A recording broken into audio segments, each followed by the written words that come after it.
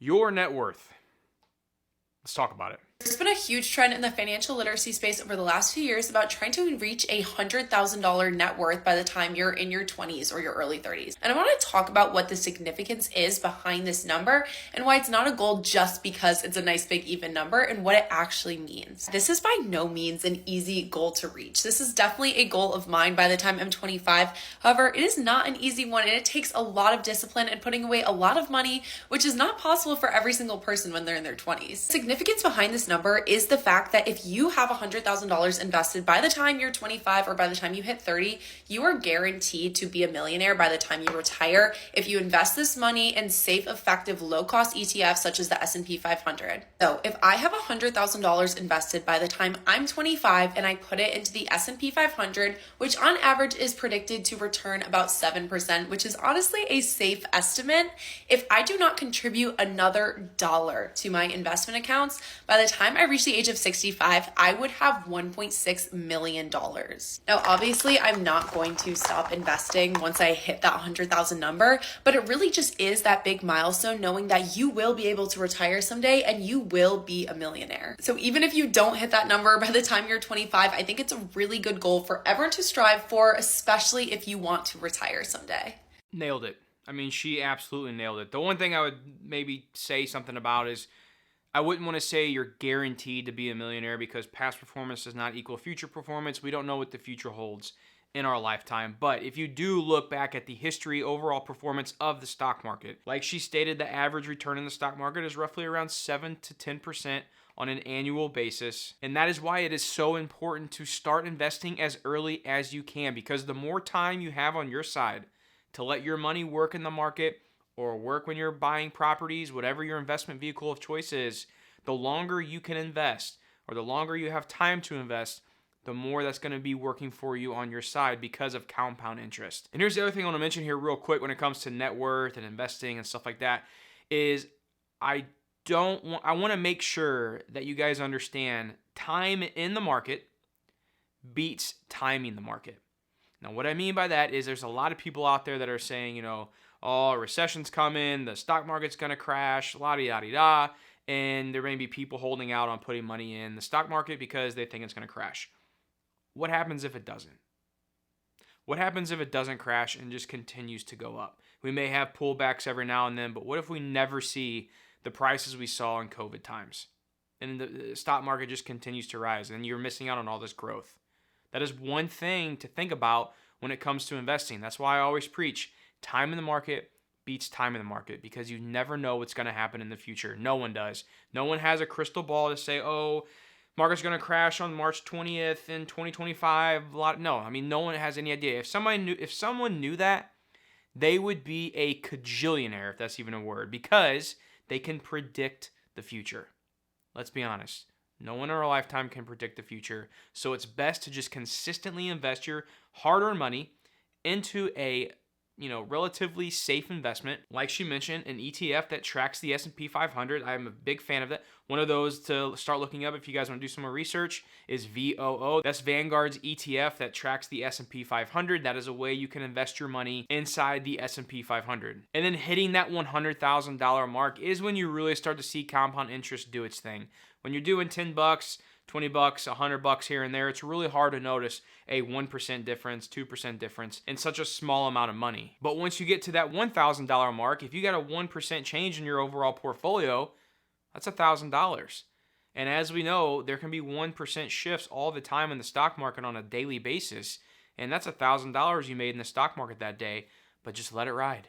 Don't be getting in and out. Don't try to day trade or anything like that. Just let your money ride and continue to invest dollar cost average, meaning you're putting money in every single month or week or however often you want to put money in the stock market. But the thing to remember is just put money in no matter what. Don't worry about if you're buying an ETF. Don't worry about where the market's at, where it's going. Just continuously investing on auto draft every single month and continuously put that money in the account. Sit back, don't look at it until you're 59 and a half or whatever you plan to retire. Then you can start withdrawing money out of that account. The definition of a millionaire is not a Dave Ramsey definition. This is an accounting definition. Personal finance has been taught for decades before I was born. It's a math formula. It's a very simple formula. Assets minus liabilities equals net worth. What you own minus what you owe equals your net worth. When your net worth is $1 million or greater, when what you own minus what you owe is $1 million or greater, you're a millionaire. Well, I don't feel like a millionaire. It's not a feeling. I don't believe anybody ought to be a millionaire. It's not a moral construct. I don't think that's enough. It might not be, but it's still $1 million. It's still what's there. This is a math formula. And when you reach that, the way you're a billionaire, 1,000 million, is if your assets minus your liabilities. It's not your income. You can make $1 million a year and not be a millionaire. You can make $30,000 a year and be a millionaire. So it's a net worth balance sheet transaction. It's an accounting function. It's not up for negotiation. Now, we can discuss all kinds of things about what $1 million is and whether it's enough and the moral construct around it. Those kinds of that's a fair discussion to have. But first, you got to admit and just say that is a millionaire. Well, I just don't feel it. I don't care. You are a millionaire. You know, I talked to a guy today on my show. He just paid off his house and it's worth $900,000 and it's gone way up in value. He's out of Denver and the market's shot way up. And he goes, I don't feel like a millionaire because he got several $100,000 in his 401k. So he's got a net worth of $1 million. And I said, it's not a feeling. And he goes, I don't feel like I earned it. It doesn't matter. I don't care where you got it. It's still $1 million. You got to really get back to that. I mean, I agree 100% with good old Dave. It's a mathematical measurement of where you're at financially. I've been tracking my net worth since 2016. I started my net worth journey at $96,000, and it's been a fun journey to see it grow throughout the years. Now, I remember learning about how to track your net worth, and it's very simple to do. All you do is you take all of your assets. Your assets is anything that has value. So you have money in your checking account, that's an asset. Money in a savings account, that's an asset. Your equity in your home, asset. Investments, any sort of investments you have, money in a brokerage account, whatever it may be, that's an asset. You owe money on a car, liability. Owe money on your house, liability. Medical debt, credit card debt, student loan payments, all of that, liabilities. Add up all of your assets, add up all of your liabilities, subtract the liabilities from the assets, that gives you your total net worth. Now, you may be in the negative when you do that, but now you get kind of like a picture of stating where you're at financially. And the goal is to get in the positive first, get out of the red, get in the positive, and then work on growing that net worth year over year. It can be done, and tracking it is honestly one of the best things you can do if you truly want to succeed in growing your net worth over time. Because as you start to, you'll figure this out. I remember doing this myself. As you start to see that net worth grow, you're starting to think, okay, how can I make this grow larger? How can I make this grow faster? What can I add here? What can I do here in order to generate more income that I can push into my investments that will overall increase my assets? It's a fun game, it really is. And then when you can look back on the history of your net worth and see where you started to where you are today, it's a pretty cool feeling. Highly, highly recommend it. If you guys need a place to track your net worth, I have a spreadsheet down below that you can purchase through my Etsy store. It's actually a budget tracker, net worth tracker, debt payment tracker. There's a calendar where you can set all your payments up. There's a debt payoff tracker, and you can also annually or monthly look at your budget inside the spreadsheet. It's only $25. If you guys want to check it out, again, link down below in the description. I'll pin a comment as well. My net worth is $615,000 at the age of 26. In order to calculate my net worth, I have to take all my assets and subtract all my liabilities. This is my first rental property, and I have $90,000 of equity in this house. This is my second rental property, and I have $130,000 of equity in this house. This is currently my primary residence, and I have $125,000 of equity in this house. And lastly, I have about $270,000 in the bank. Also, I own a roofing business that specializes in residential roof replacements. But since I've only been in business about 2 years and I'm still the owner and operator of this business, it is hard to put a possible equity value on the business, so I'll leave it out of my net worth for now. Trust me, I'm not bragging about my net worth because honestly, I'm not satisfied with where it's at. But I do know how far I've come because back in 2020, I started with literally $0 in my checking account and I was living paycheck to paycheck. So I've accomplished all this in 2 years and I'm just getting started. So follow me to watch me chase a net worth of $10 million by age 35. Yo, props to Homeboy here, killing it, absolutely killing it. Another reason why I love real estate. It sounds like most of his net worth is tied up in real estate, and there's nothing wrong with that whatsoever. If you know what you're good at, and it looks like he's good at managing, buying, building real estate, and also managing his company, his roofing business, go towards that. Continue to work towards that. Invest in what you know. If you know real estate, buy real estate. If you know stocks or you know how to sell options to earn income, buy stocks and sell options. There's not a one-way street on how to grow your net worth. It's all about what you're comfortable with, what you're willing to do, what you understand, and how you want to take the path to get there. Props to that kid for, being 26 and a over $600,000 net worth. That is very impressive at his young age.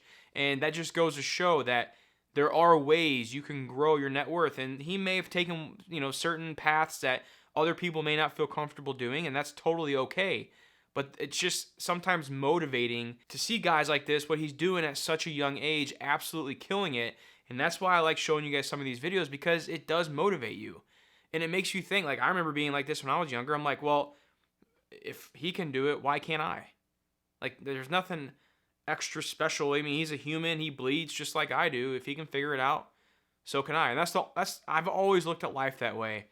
Is I look at someone else's success and I get motivated by it, because there's a drive in me that wants to do better and do more. So, props to him, man. That's freaking awesome.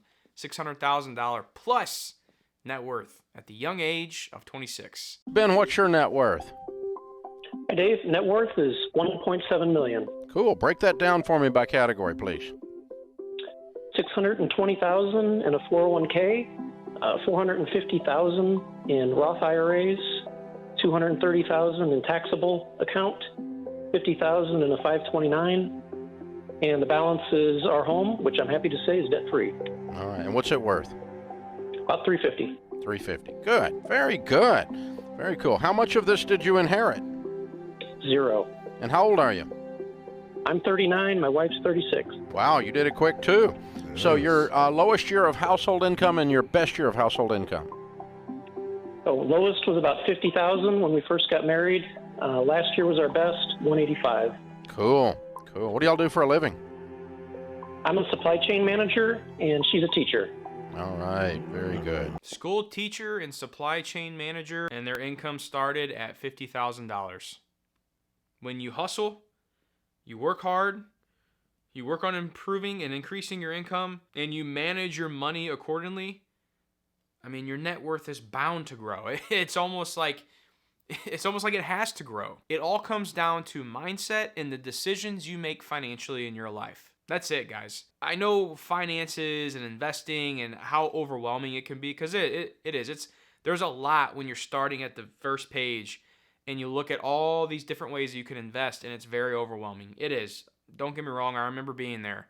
I remember not knowing jack shit and like, what the hell do I do here? I was buying penny stocks when I first started investing, losing money left and right. And then I saw my 401k, which was invested in an index fund that tracked the overall market, and it just continued to keep growing. And I'm like, what am I doing wrong here?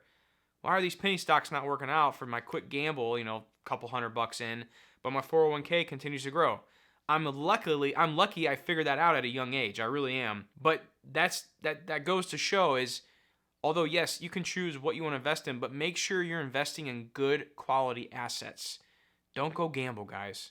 Trust me, I've tried it, I've done it, I've made mistakes, I've lost enough money with these mistakes that I'll never do that kind of stuff again. Now, there's a time and place when you want to make a bet on a nice company, or want to buy their stock, but just make sure you're doing it accordingly. Make sure you're understanding the risk that's getting involved. You don't want to go put all your eggs in one basket. I'm sure everyone's heard that saying, and it is very true. Be diversified. Myself, I have investments in the stock market.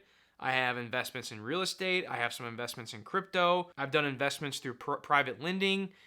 And I know what works best for me and what doesn't. But it all comes down to the decisions you're making for yourself and your family financially, and how that's going to increase your net worth over time. When you live on a budget, living below your means, You also are trying to increase your income, and you take that difference that you have in savings and you go and invest that after you have an emergency fund built up. That's how you make it happen. This is going to be the average net worth by age in America, according to the Federal Reserve. From age 20 to 25, you can see the average net worth is going to be negative $27,000, while the median net worth is going to be negative $13,500. So this makes a lot of sense. Most of us have student debt to pay for our careers in the future. We might be leasing our first car. These put us all in a negative net worth, which is totally fine. So even if you're at zero, you're doing perfectly fine. From age 25 to 35, average net worth is going to be $76,300, while the median is going to be $13,900. So this makes sense because most of us by 30 have decent paying jobs, probably have a car under our name, and 10 years of income that we could have saved. By age 35 to 45, average net worth is going to be $436,200, while the median is going to be $91,300. So this makes sense to me because a lot of us by 35 to 45 are going to be dabbling into real estate. Our retirement funds, our assets are going to be appreciating in value, and that's why I think there's a big difference from that 25 to 35 range. Age 45 to 55, the average net worth is going to be $833,200, while the median is going to be $168,000. Another huge jump to the appreciation of assets. I mean, this makes sense because there's a double in money. Usually, if you invest in things like the S&P 500 or the total stock market, you could see a double in your money every 6 to 8 years by following the rule of 72.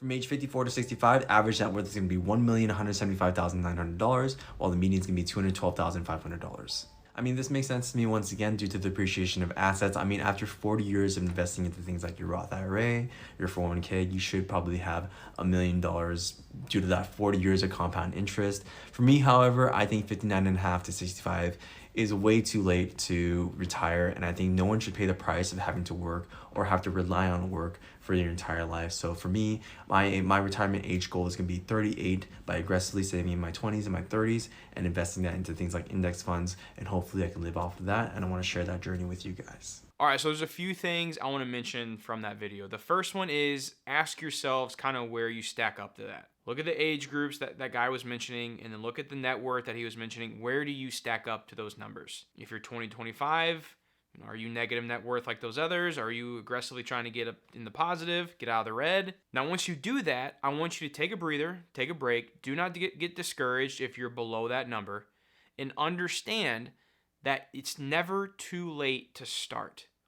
Just because you may be below the average net worth in, the United States, that does not mean that you just throw in the towel and say, oh, I'm already behind. There's no use in catching up. I'm just going to live my life, YOLO, let's go out and party. No, that's not the way to do it. The fact that you're just maybe a little bit behind based on your age group, start now. I know people that have started managing their finances and taking a better look in their 40s and 50s and made a massive turnaround financially.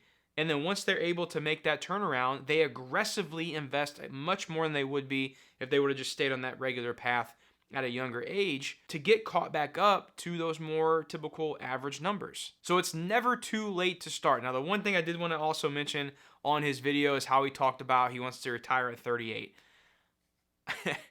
So I'm 33, and I remember being in my younger 20s working at a job that I hated, and all I wanted to do was retire.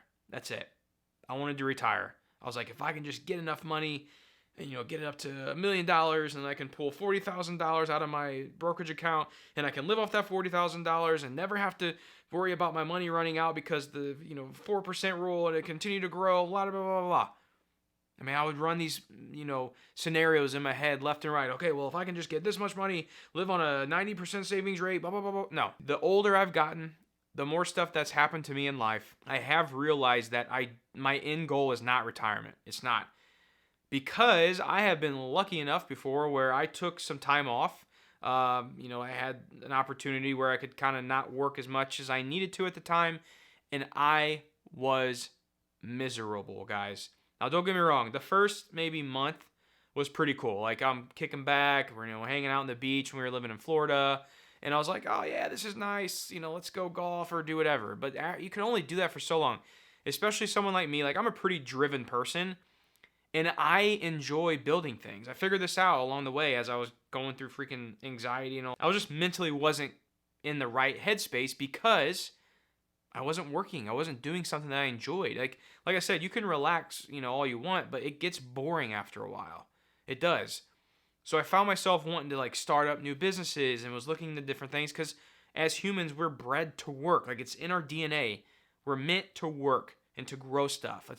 That's what makes us happy. That's what makes humans continue to drive and to build a bigger and better society, like we've seen, technology and everything else grow over the past hundreds of years. So for me, what my thought with this whole thing was, is I'm like, okay, I need to find something that I truly love to do. And I absolutely love real estate, and I wanted to be submerged more in that industry.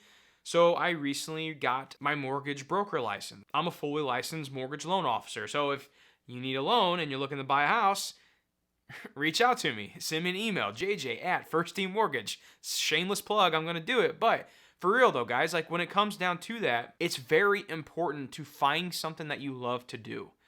Don't worry about how much you're getting paid and all this other stuff. Like, find something. Like, I can honestly say I wake up every single day, and I used to remember, like, I would pray for the weekend to get here, and then Saturday night would come around. I couldn't even enjoy my Saturday night because I was stressed about what I had to go into on Monday. Guys, what I do now with between like working on real estate properties, flipping, buying rentals, and then also the mortgage lending side, and then doing YouTube as well, I wake up every single day feeling so lucky that I found something to do with my life that I love. I really truly do love what I do, and I think that if people can find a way to figure that out on whatever it is that they are truly passionate about, and you can find a way to work in that industry or whatever it is, I think that's like a key to happiness. That love comes first. I feel like love is the true key to happiness and the meaning of life. And then after that is finding something that you're truly passionate about and let that be your work. I fully believe in salary transparency, money transparency, and loud budgeting, so I share a lot about my personal finances. I think it's comforting to know that others are in the same boat as you. One of the things I share is my net worth, so here's the update. I think it's helpful to know where I started. So last year, my net worth was $13,586. Now for July 2024, my assets are my savings at $16,229. I have $56,480 invested for retirement. I have $4,064 invested in my health savings account and $567 invested in a brokerage account, making my total asset $77,340. And now for my liabilities. My main debt is my student loans, which are at $29,760.